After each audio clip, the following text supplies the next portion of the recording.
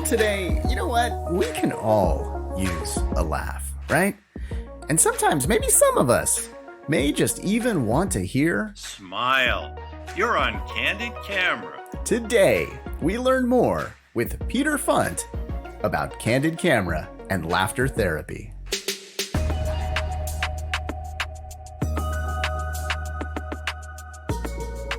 Thanks for listening and subscribing to Learning More, where each episode we bring you a new story about people, inventions, pop culture, and life. I'm your host, Russ, and this week we're going to discuss laughing. We've had a pretty heavy couple of episodes over the last couple of weeks here. We've talked about climate change, global warming, all of these crazy things, and you know what? We've all been dealt some pretty heavy topics lately. So I figured, you know what? Let's talk a little laugh therapy. Let's have a little fun today. And they say that laughter is the best medicine, right? That's been said forever. And I am a strong believer in that. I think making a joke in a tough situation can actually make it a little easier to handle. And one of the reasons for that is because I grew up watching Candid Camera. And I think one of the best laugh lines ever is "Smile, you're on Candid Camera." I find it impossible not to smile after hearing that. So we're going to talk about Candid Camera, laugh therapy, and a new book. To do so, I'm joined by Peter Funt.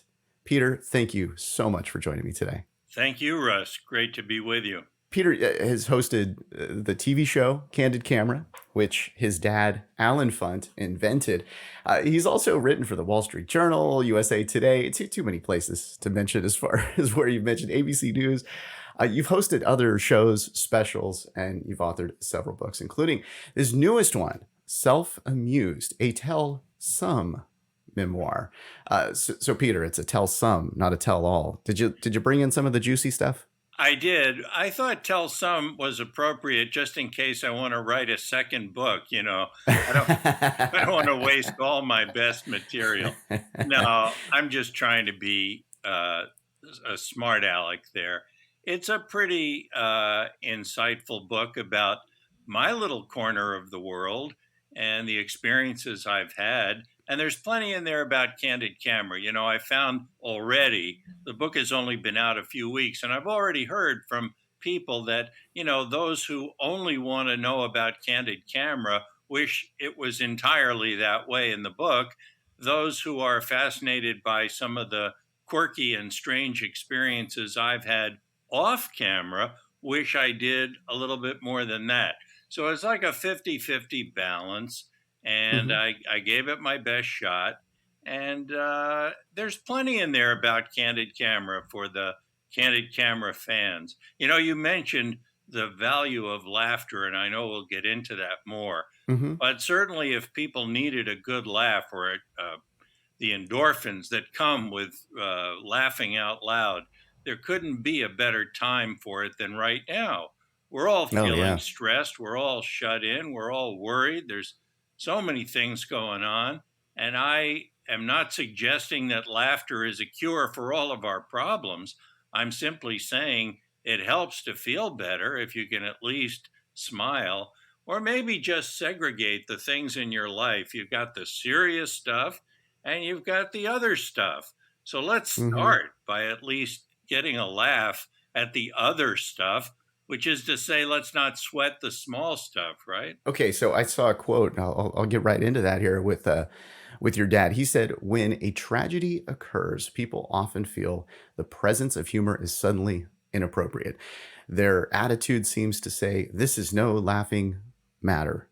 But I feel the opposite. I believe that laughing matters, and it's more essential for me in tough times than ever." And I feel like that's a great quote for right now, for all the stuff that we're dealing with in the world. Yeah, my dad was a very smart guy.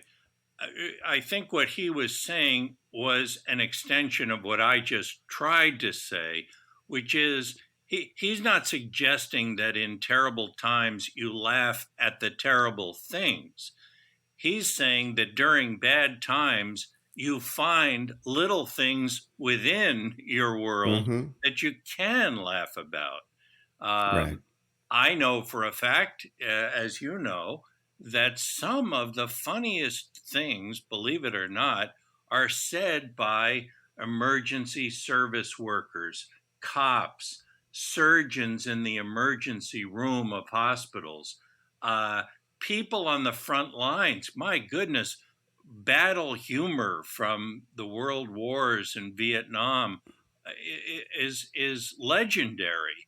And this Mm-hmm. is not because people were laughing at the risks they were facing, but rather they were trying to get some sort of comfort and release by finding a tiny little thing to smile about and laugh Mm-hmm. about. It's so important in life to do that. You though, I mean, basically, you've been trained your entire life to look at the funny. I mean, so okay, so correct me if I'm wrong here, but you were born the same year that Candid Camera came out, right? Yes. And Candid Camera just celebrated its 73rd anniversary this month, August. And so it's been around a long time. It's been on and off and on and back off and on. Right now, we're working on a new deal to get it back in new production on TV. Awesome. But meanwhile, I'm encouraged by the fact that our YouTube channel during this stressful COVID period is really booming. I mean, people are Mm-hmm. going to YouTube for a lot of things, not just Candid Camera. But on our site, which is called Candid Camera Classics on YouTube, boy, it's just growing and growing. And what I'm most interested in are the comments that people are leaving because they really appreciate a laugh right now. I'll tell you, though, Mm-hmm. something that I noticed about those comments, Russ, and in fact, I wrote about it this week in the Wall Street Journal. People get very confused about nostalgia. We all, especially in tough times, yearn for the good old days. Well, here's Mm-hmm. the problem with that. When you look at YouTube clips of Candid Camera, you're seeing a mixture of things that were shot as long ago as 50, 60 years ago, and as recently as 2 or 3 years ago, and many stops in between. The YouTube viewers seem to be confused about that, and they view it all as in the past and almost equally so. So I Mm. find, and I kind of chuckle when somebody watches a sequence that we shot 3 or 4 years ago, they don't realize that.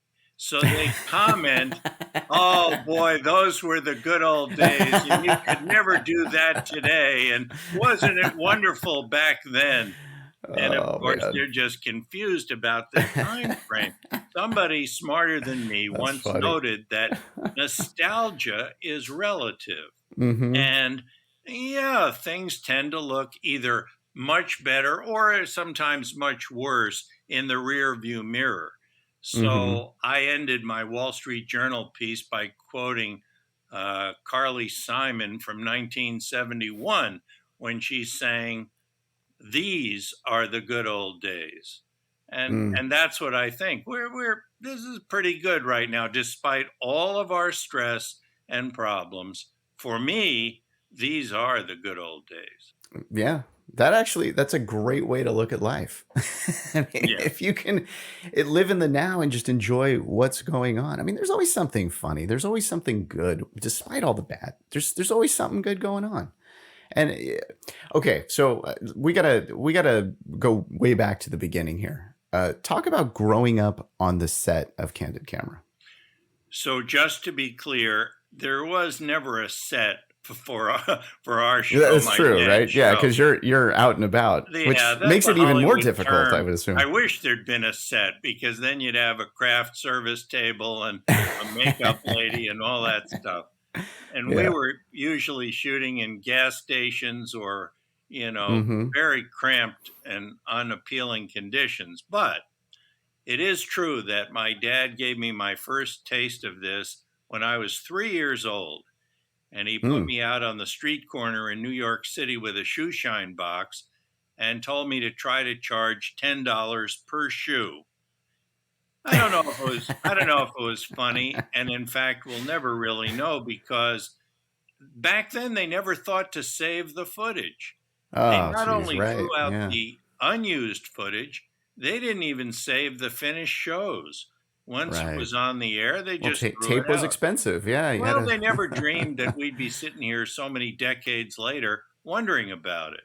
Hmm. So I don't know how I did that day, but I moved on. And by the time I was 15, I managed to do something that led to the cover of my book. The book that I just put out is called Self Amused, but the cover image is a black and white picture from when I was 15.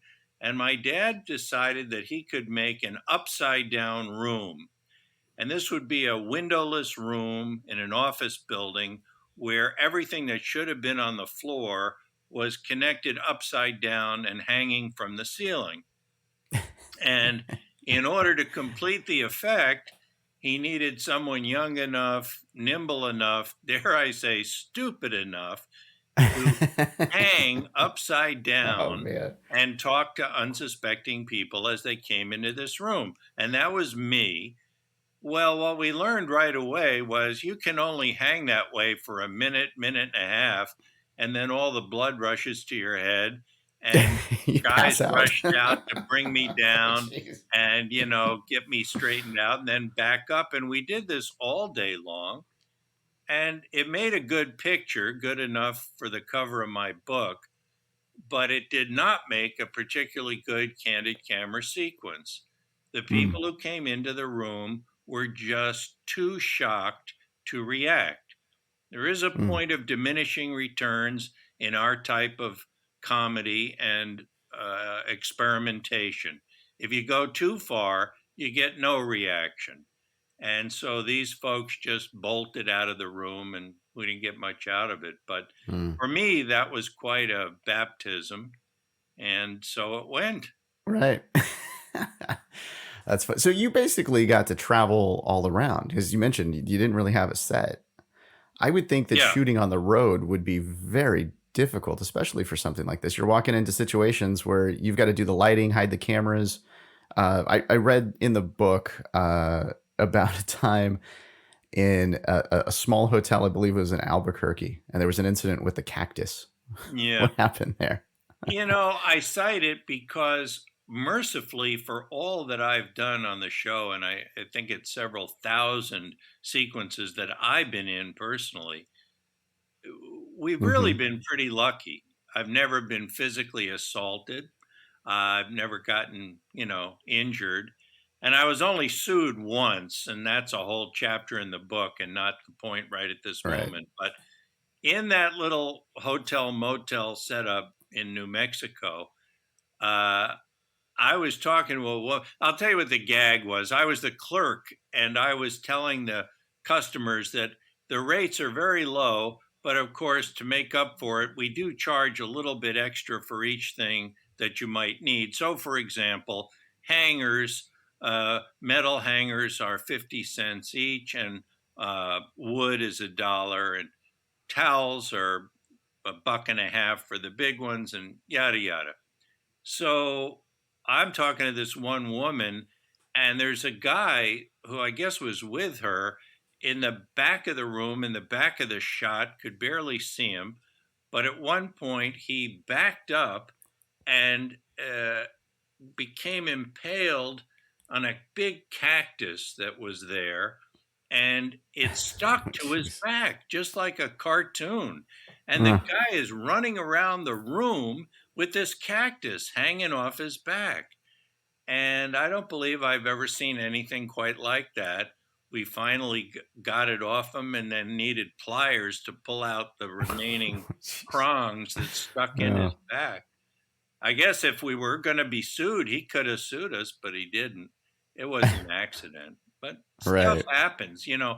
Oh When we yeah. go out doing our kind of work and we love to catch people and we love to not know who we're going to catch next. But with that comes the fact that maybe they're having a hard day. Maybe Right. they got Yeah. things on their mind. So, what my dad and I sort of tried to perfect in the course of our respective careers was not just trying to be funny. In some respects, that's the easiest part. The more difficult part was to take people's temperature, to figure Mm. out as quickly as we could how much they wanted to play along, how far we could push, what their mood was, etc. Because we don't want to push people too far. And Candid Camera has always been a people loving program. It sounds Hmm. so fundamental, but if you compare our work with other so called reality or hidden camera shows, you find that many of them seem at least to be trying to prove that people are stupid. And Right, and right, that's right. not our mission at all. We think people are great and we think they're good sports the way they smile when we tell them they're on Candid Camera. And for many of the people we photograph, being caught by our show could very well be the single most exciting moment of their life. Yeah, I'm not yeah. exaggerating when I say Oh, that. yeah, yeah. So it's a big responsibility, and we've always taken it very seriously. Yeah. Well, it's one of those things. I remember growing up watching this, and I don't know how many times in my life I said "smile, you're on Candid Camera" to people, just because, it's a funny laugh line. It's there. And You can okay, mail so your check for that to my PO box. There's yeah, a that's the little well, there you go. license fee. I got to pay you for each time I say it. All right, and what I like about Candid Camera though, it's so lighthearted. Like you said, it's like you're not trying to hurt people. Like you see these natural reactions. I watched a couple of clips on your YouTube channel, which by the way, I'll put a link in the description so anybody listening can go check it out. I strongly suggest that you do. I watched some old clips from the 50s where you had like attractive teachers coming in and introducing themselves to a pair of kids. And the reactions to the kids, I mean, it was just so funny. And so, like, they didn't even have to say anything. You just watch it on their faces. I mean, it's feel good humor. And yeah, we do need that right now. Okay, so we talked a little about laugh therapy. We will talk a little bit more about that. We'll take a short break here. When we come back, we'll have more.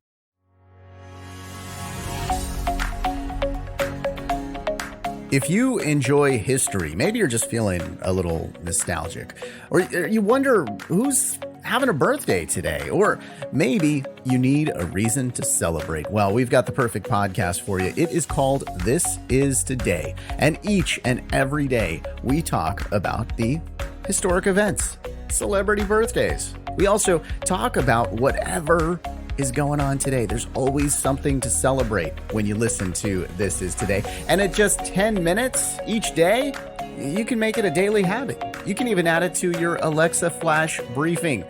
Click the link in the description or just search in your favorite podcast app for This Is Today.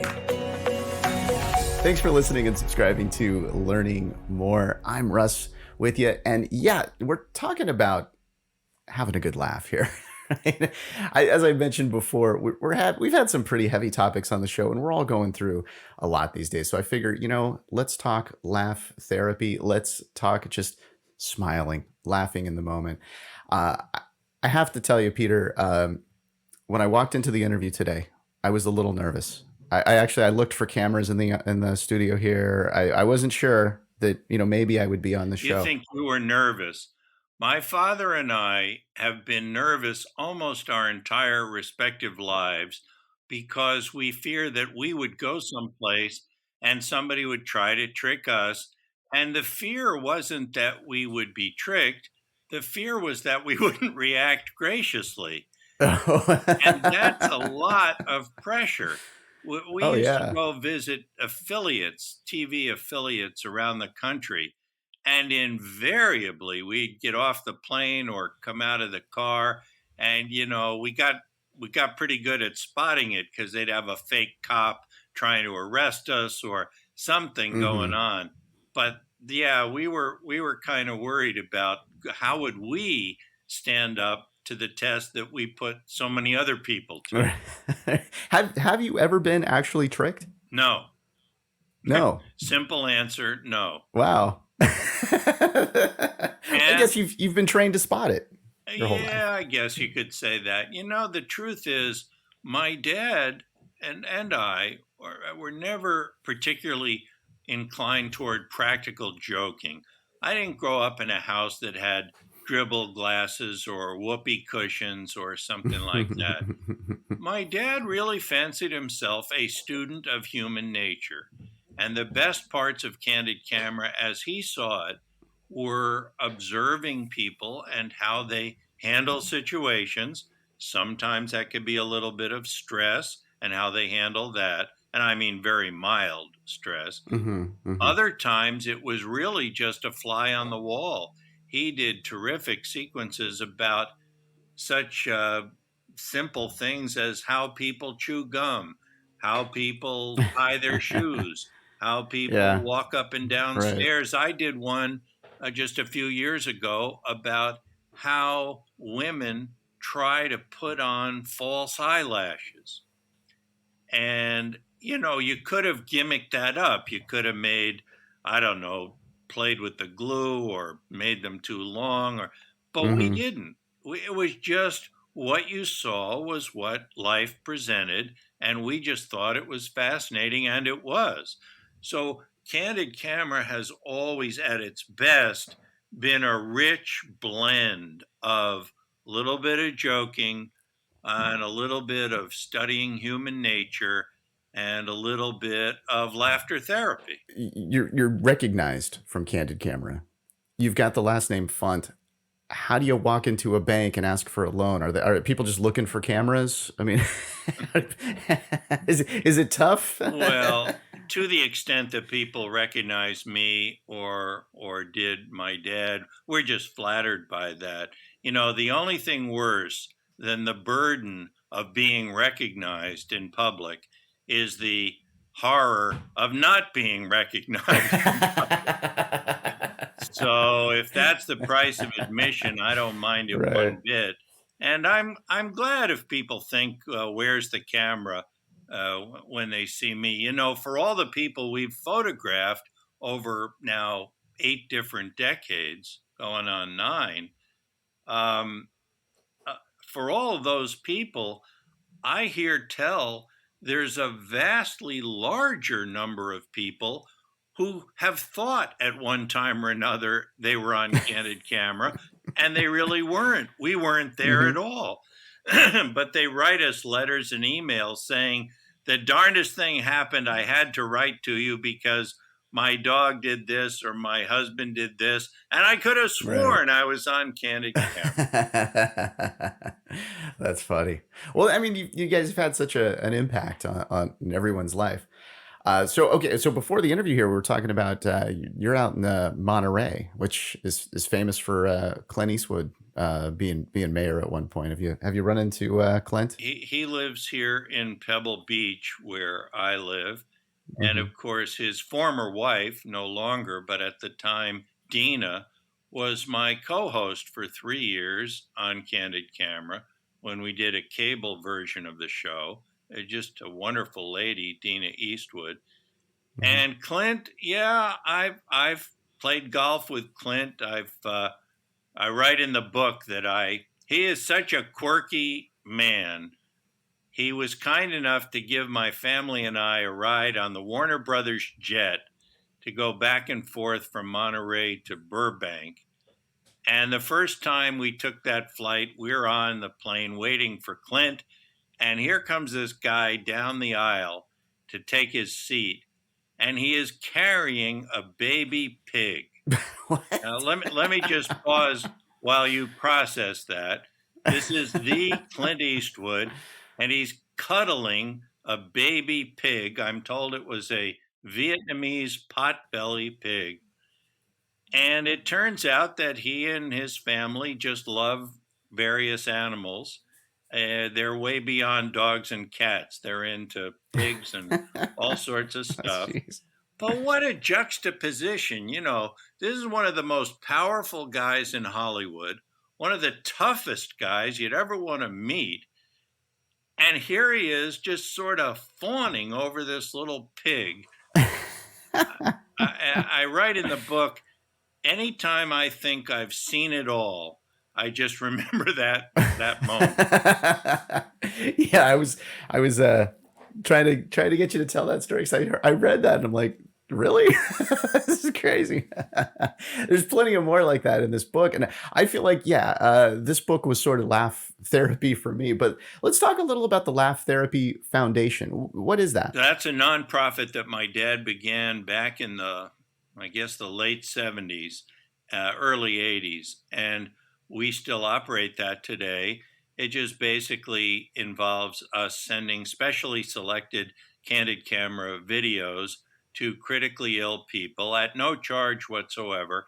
If you know someone who you think could benefit from that, you can go to our website, candidcamera.com, and then you can find your way to laughter therapy, and we'll take it from there. But my father learned back then, principally from the author Norman Cousins. Way back in the 70s, Norman Cousins, who was a writer, editor of the Saturday Review, smart guy, he was sick, and he wrote a very successful book called Anatomy of an Illness. And in that book, he mentioned that when he was feeling his worst, he called my dad, asked if he could borrow some Candid Camera film. And back then, he even needed a projector in his hospital room to look at the stuff. But they set it up. And he reported that if he could get maybe 15 or 30 minutes of laughter watching this stuff, he could be pain-free for 3 or 4 hours. And he Wow. tested it over and over and found that it really worked. Now, I'm no doctor, I'm no scientist, I'm not making any medical claims. I simply point out that laughter is good. It can make you feel better. It might even increase healing. And as Mr. Cousins found out, a little bit can go a long way. But most importantly, what he wrote was there was something about the reality of it, because he tried Marx Brothers and he tried, sitcoms and stuff. And laugh is good no matter how you get it. But Candid Camera in particular just struck such a responsive chord that it worked well. And my dad decided to call that laughter therapy. It's so real. It's real emotion that you're witnessing from these people. It's kind of like, I guess the comparison that I would make is I've watched so many of these like soldiers coming home reunion type videos. I just those always get to me, and it's because of the real emotion. It's not staged. It's not fake. It's real, and it's funny to say with Candid Camera. I mean, so many of the situations are fake, but the emotions are so real. It's the relatability as well. When we pick our topics properly, we're keying in on things that people experience themselves. So if they see something happening in one of our sequences, I like it when they're saying in the living room there, "Oh yeah, I hate it when that happens," or "Oh right, that I went through something like that the other day." I don't mean an elaborate joke. I mean the little things in life that drive us all crazy, whether it's the yogurt machine that turns on but won't turn off. This is one of my favorites that I think everyone can relate to. We just exaggerated it. Have you ever left a parking lot that has one of those wooden bars that is down, and then once you put in your money or your ticket, the bar goes up and you go through? But sometimes it seems that's going too fast, especially if you can't quite reach the machine. So you've got to get out, do your thing, and then by the time you get back in, the bar's back down again. So we rigged it so we could control the bar. So of course, with us at the controls, no one could get out. Oh, right. And it was just up and down, back and forth. And yet, even though we exaggerated the situation, the basic premise was right out of everyday life. Everyone who's ever parked a car in that type of lot can relate. And that's what makes it what I called relatable. And as you said, funny because it's real. Yeah. And actually you bring up too, and some of the inventions that you guys came up with. Yeah, the tanning machines or whatever it was, like these funny inventions that were out there. How much work did you guys put into R&D? The R&D usually takes place in our private lives. I mean, I'm always on the lookout for little things that drive me crazy, or, I Hmm. like to say, the phrase, don't get mad, get even. In my case, it's don't get mad, do a candid camera sequence. And that's how I like it when things Nice. play out. But look, there are formulas and we follow them. One of them, and I outline a bunch of these in the book, one of them is reversal. So you, in a shorthand reference, said a tanning machine, but Hmm. there are tanning machines. So the one we made reversed that, and we produced an untanning machine. So the customer thinks you can go in. Maybe you're just a little too dark today. You got burned at the beach. You go into this marvelous machine, push a few buttons, and voila, you're come out 2 shades lighter. Now, the secret to that machine, like so many of the props I've built, identical twins. That's Oh, the right. magician's favorite tool, and we've Hmm. used it for years on Candid Camera. If I hire two twin actresses and then I sort of put a lot of makeup on one so they look darkly tanned, and then white type stuff on the other so they look very pale, and they switch places inside the machine, you would swear that this one person went from darker to lighter in the Hmm. untanning machine. And it worked great. Yeah, some of these it is. It's like magic. You guys had to study all the magicians and learn all those tricks as well to do this. Okay, so are people like now we've got technology, we've got all these advancements. Are people do you think they're maybe harder to fool now or are they easier to fool? I'm so glad you asked. I am 100% certain that people are easier to fool than ever before.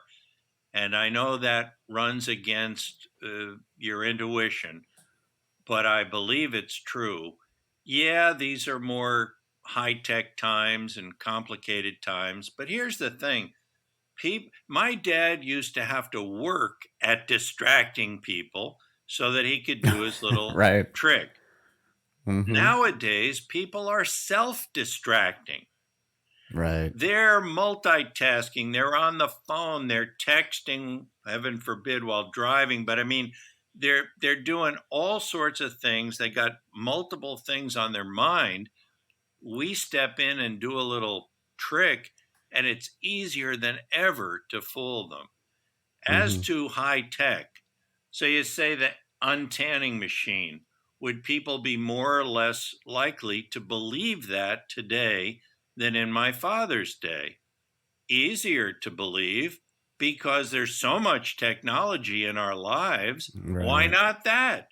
I mean, Right. think about, we've got self driving cars and we've got Right. drones. And so why can't we Hmm. have, I'm making myself Right. emotional here. Why can't we have an untanning machine? You're right. We would be easier for those reasons. What about what about the changing of like kind of standards of comedy, what people think are funny? People are way more sensitive now, I guess, to some comedy. Do you think that, that would have any issues as far as like, censorship or what you guys could do now versus what you could do before? Censorship has always been a problem on Candid Camera, not because people said bad words very often. That always surprised me. Real life conversation is nowhere near as salty as you might assume. Yeah, sure, you go to certain places at certain times, certain to hear some colorful language. But the average person on the street, when encountering a stranger, does not use 4 letter words. It just doesn't often happen. Hmm. But the censors at networks, and they don't even use the word censor, they like to call themselves standards and practices. Right. And they were very troubled for decades by Candid Camera because it was too real. They were happy with double entendre in sitcoms, but if a real person said something, oh, the standards and practices people got very nervous. Now, there were subjects that my dad, and I say subject, I don't mean the unsuspecting people, I mean topics that my dad dealt with that I don't think I'd want to touch today. For example, he and Durward Kirby once went out on the street in Bar Harbor, Maine in the 60s and stopped strangers and said, "Do you have any idea where we could go to buy a bomb?" Oh, jeez. Now, Jeez. you know, the thing is, in Wow. 1962, 63, that was actually funny. Right. People looked at him like, well, what do you mean, dynamite? You want to, something in construction? But nobody thought terrorism or anything Right. like that. It was just an innocent surprise. Mhm. I would not do that today. Right. So, of Yeah, course, yeah. times change and people's sensitivities change, and that's as it should be. And my job, as I see it, especially when we get back into new production shortly, is to stay one step ahead or at least keep pace. In an episode, how much actually ends up on the cutting room floor? Are we seeing 10% or 1%? Just trying to get a feel of how much work this is. Yeah, it's a lot of work, and it's like fishing. You put your line in the water, and on a good day, you might catch a nice fish in 10 minutes, but another time you're there all day and nothing's biting. And it's no different in our work.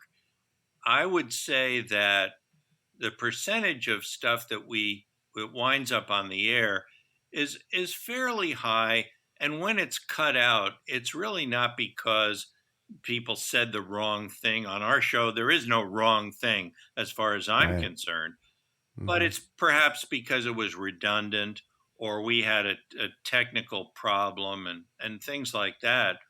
A related question, of course, is how many people give us permission, or to turn that around, how many people refuse to give us permission? Yeah, you're reading my mind there on the next one. And things have not changed since my dad's day.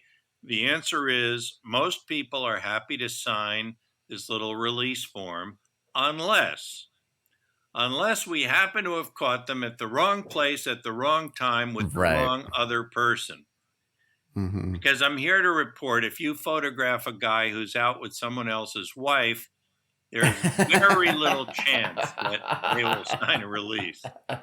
That's just how it goes. I can see that. That's funny.